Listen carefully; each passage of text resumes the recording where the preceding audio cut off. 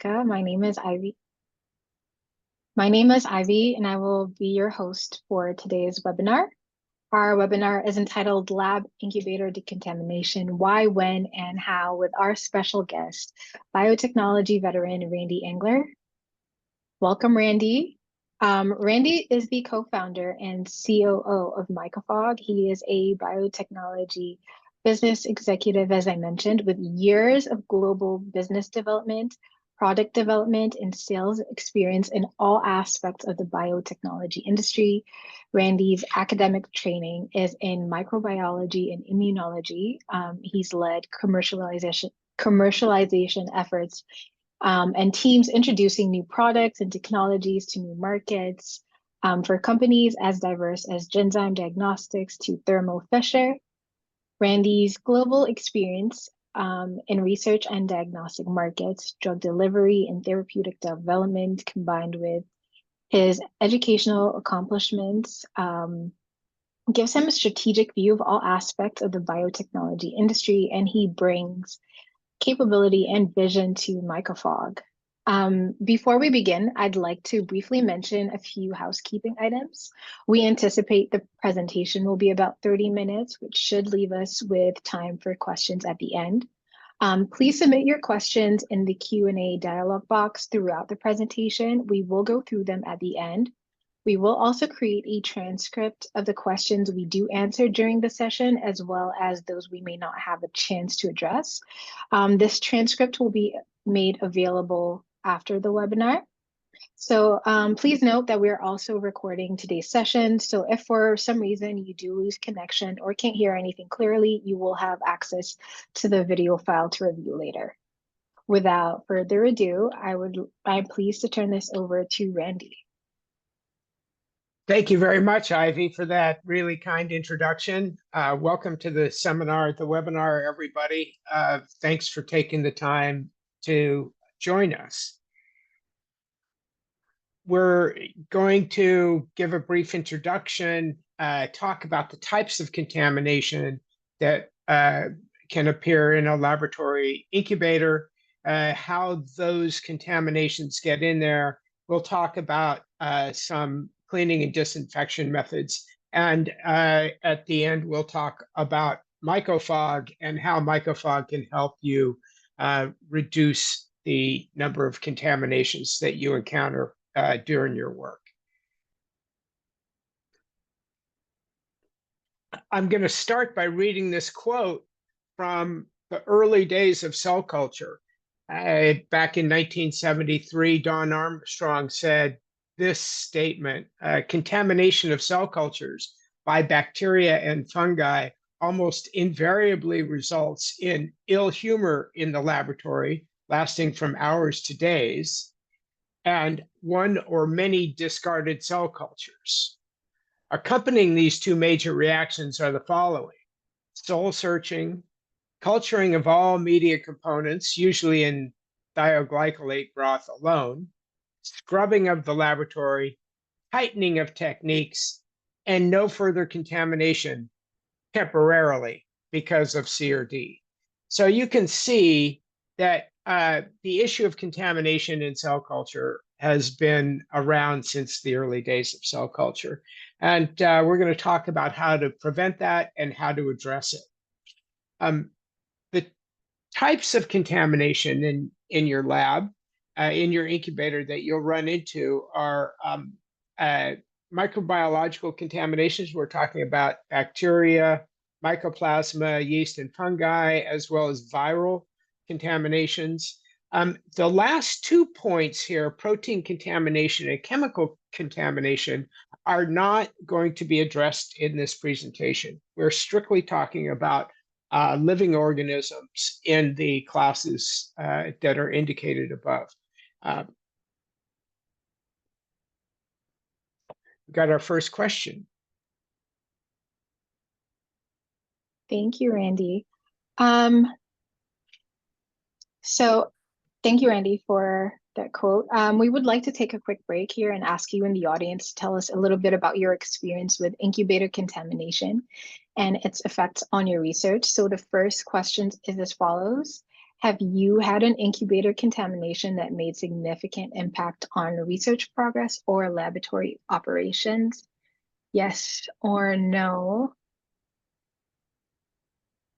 I will give you guys a couple of seconds to answer the question. In the meantime, as I mentioned earlier, if you have any questions, please feel free to ask them in the chat box.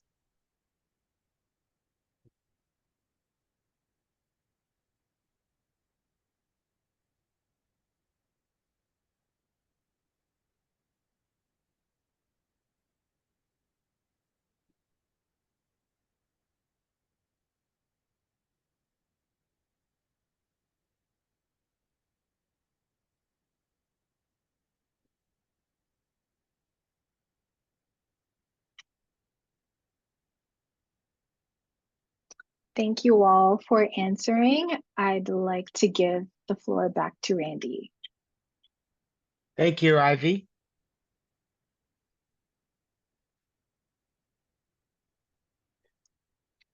Continuing on the theme of types of contamination, here we see a fungal contamination in cell cultures, noting the sporangium that are the generators of the spores and a couple of spores there in the picture.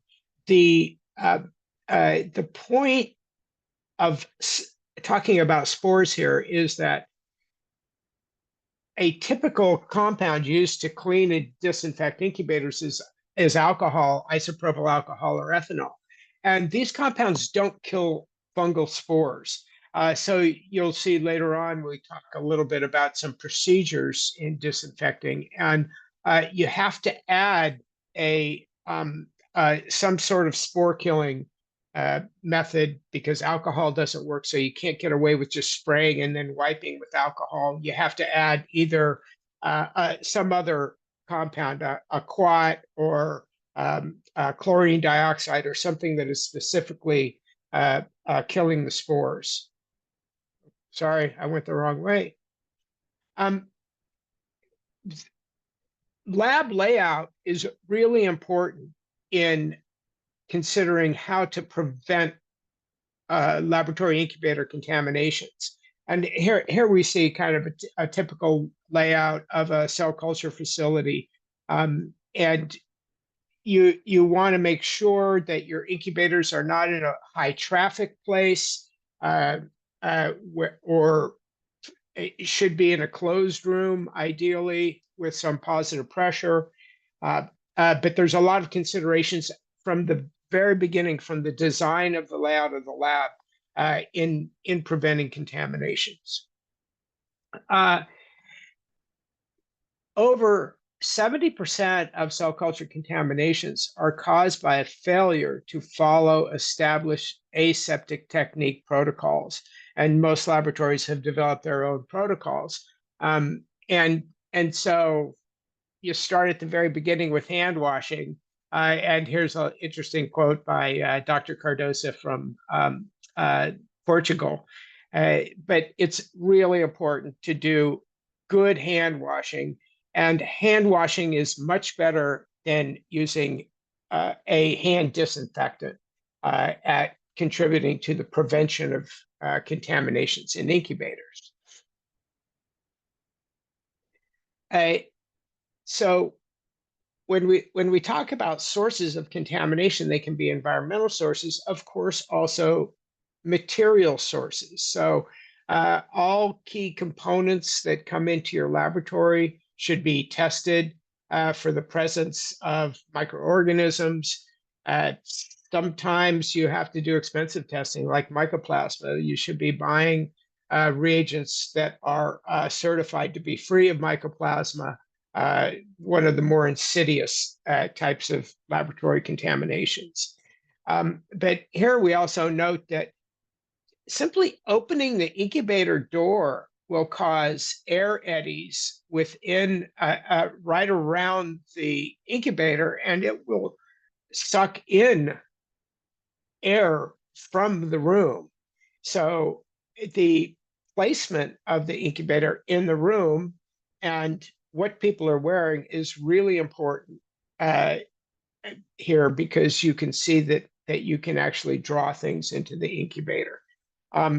There's also over on the right here, you see that there's kind of a cycle that you can get caught in with from your hood to your incubator to your workspaces that are outside either the hood or the incubator to and once one of these components becomes contaminated, the spread can happen really rapidly. So it's recommended that cleaning and disinfection procedures include all the key components of equipment as well. So as I mentioned, most laboratories have developed their own cleaning and disinfection methods based on experience and literature, et cetera, et cetera. Here's a typical cleaning procedure. And this, Dr. Braccioli had made this suggestion for this procedure because they had fungal contaminations that were kept coming back, and they wanted to figure out how to take care of that. So they developed this. Well, there's 7 steps here, but quite honestly, it's there's steps within the steps here. But you can see you have to be really diligent about how you clean and disinfect the incubator in order to make sure that that you're getting rid of contamination or preventing contaminations. I have a couple of items here that are noted, and very specifically, you can see the ones with the exclamation point, item 2 and 5, are very labor intensive, but at least one of those steps needs to be done to make sure that you're getting everything in the incubator. Excuse me. And I also want to point out item number 5, that in a dry heat decontamination protocol, you have to be really careful that you don't leave any plastic components, tools, or anything like that in the chamber while you're heating it, because of course the high heat will melt plastic. Also note items 3 and 4. You have 2 separate spraying steps where the incubator has to be sprayed and then wiped down. And we think, as you'll see later in the presentation, that microfog can help you eliminate one of those labor-intensive and potentially dangerous spraying and wiping steps. And of course, the last one, I really highly recommend check the water. It suggests check the water in the water bath weekly. And if it looks like it's contaminated, change it. And I say just change it weekly with sterile water anyway, as a matter of practice. And we want to stress here the old adage, an ounce of prevention is worth a pound of cure. If you get a contamination in your incubator, you're very likely going to have weeks or months worth of work and potentially a lot of very expensive reagents will get ruined. And so you're better off doing what you can to prevent contaminations than going in and being remedial about it. So we highly recommend a regular preventive maintenance schedule. Thanks, Randy. Now we have another question, Ivy. Thanks. Yes, we have another poll question for the audience pertaining to cleaning your incubators. Our question is as follows. When was the last time you cleaned your incubators and included a rigorous disinfection protocol? Was it a month ago, 3 months ago, or about a year ago?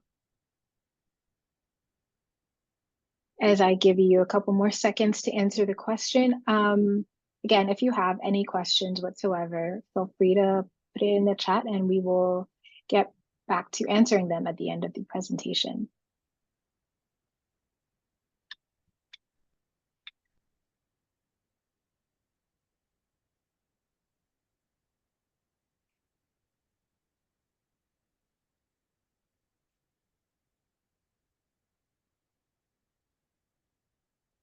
Thank you all for answering the question. Back to you, Randy. Thanks, Ivy. Now we can start talking about what Mycofog has to offer to address these situations. Mycofog is a biodecontamination system that uses is a new hydrogen peroxide-based decontamination system that is comprised of the Mycofog fogger and the pre-packed reagents that are used with the fogger.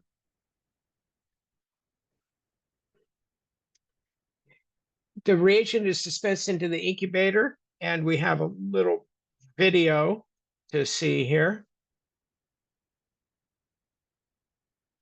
Open the Mycofog fogger and pour in the pre-dosed reagent, hydrogen peroxide, our own proprietary formulation of hydrogen peroxide.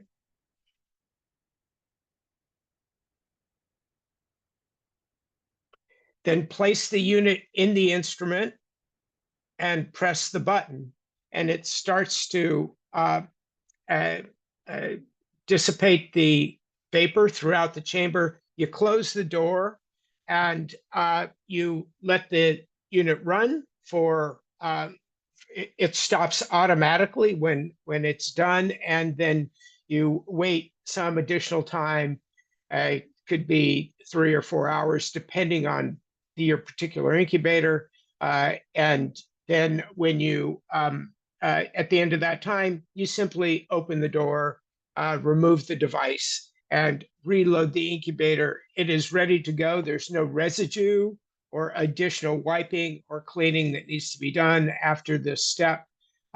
It is ready to be used again because hydrogen peroxide degrades completely to water and oxygen during the cycle time.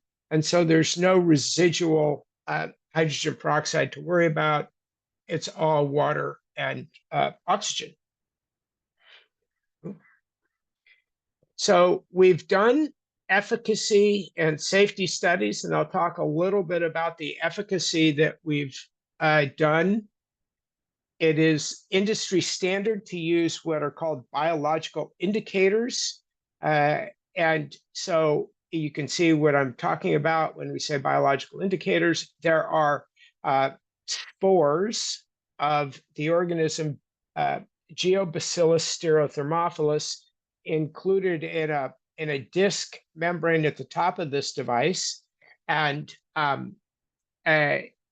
when you put these in the chamber, they get exposed. The hydrogen peroxide has to penetrate the membrane. It gets to the disc where the spores are embedded onto, and it then kills them. And you can see there's a indicator that shows that it's been exposed to hydrogen peroxide here. This is the control, so it's unexposed by the purple stripe. And the yellow color indicates that there's been growth in there. So that's the control.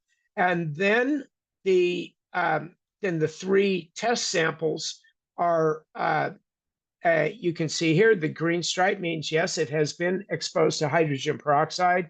And the fact that there's no growth indicates a successful experiment. You have killed the spores, excuse me, you have killed the spores, and your incubator is ready to go. And we do this quite a number of times, also in ongoing process development.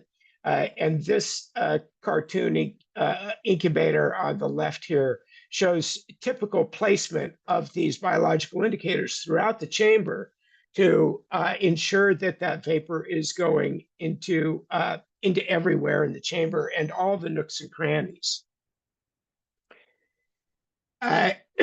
This is a chart that just shows the different types of incubators that we've worked on. Sorry, 7.8 Bio is actually Mycofog, that's us. And then we've had a number of partners to help us characterize the system. And you can see in all, these are codes for different locations throughout the incubator. And there's a key down below.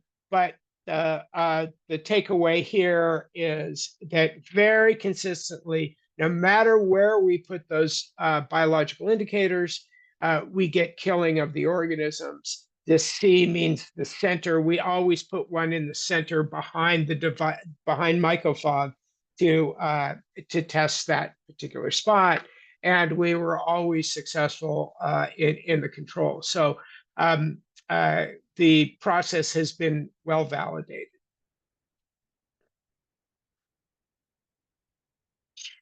In the safety validation, we also want to make sure that the user is not exposed to residual hydrogen peroxide by the end of the cycle. We use 180 minutes for the complete cycle.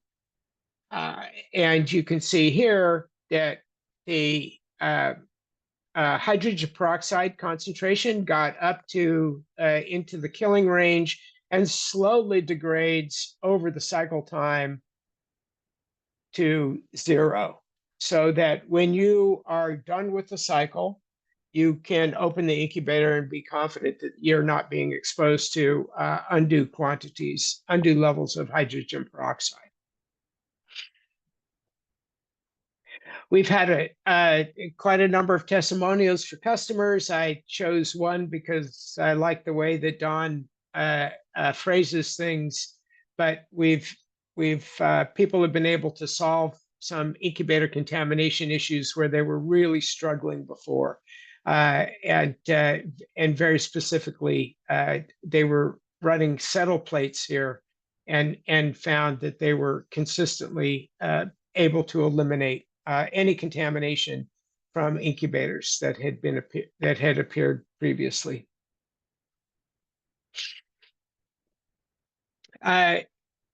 So the points about that I'd like you to take away from this is that proper training and implementation of aseptic technique is key to contamination control and prevention.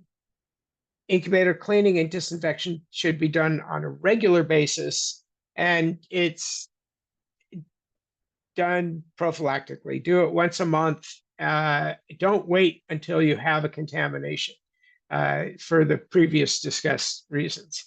And the Mycofog biodecontamination system is a convenient, safe, and efficacious and economical way to supplement your cleaning protocols for contamination prevention.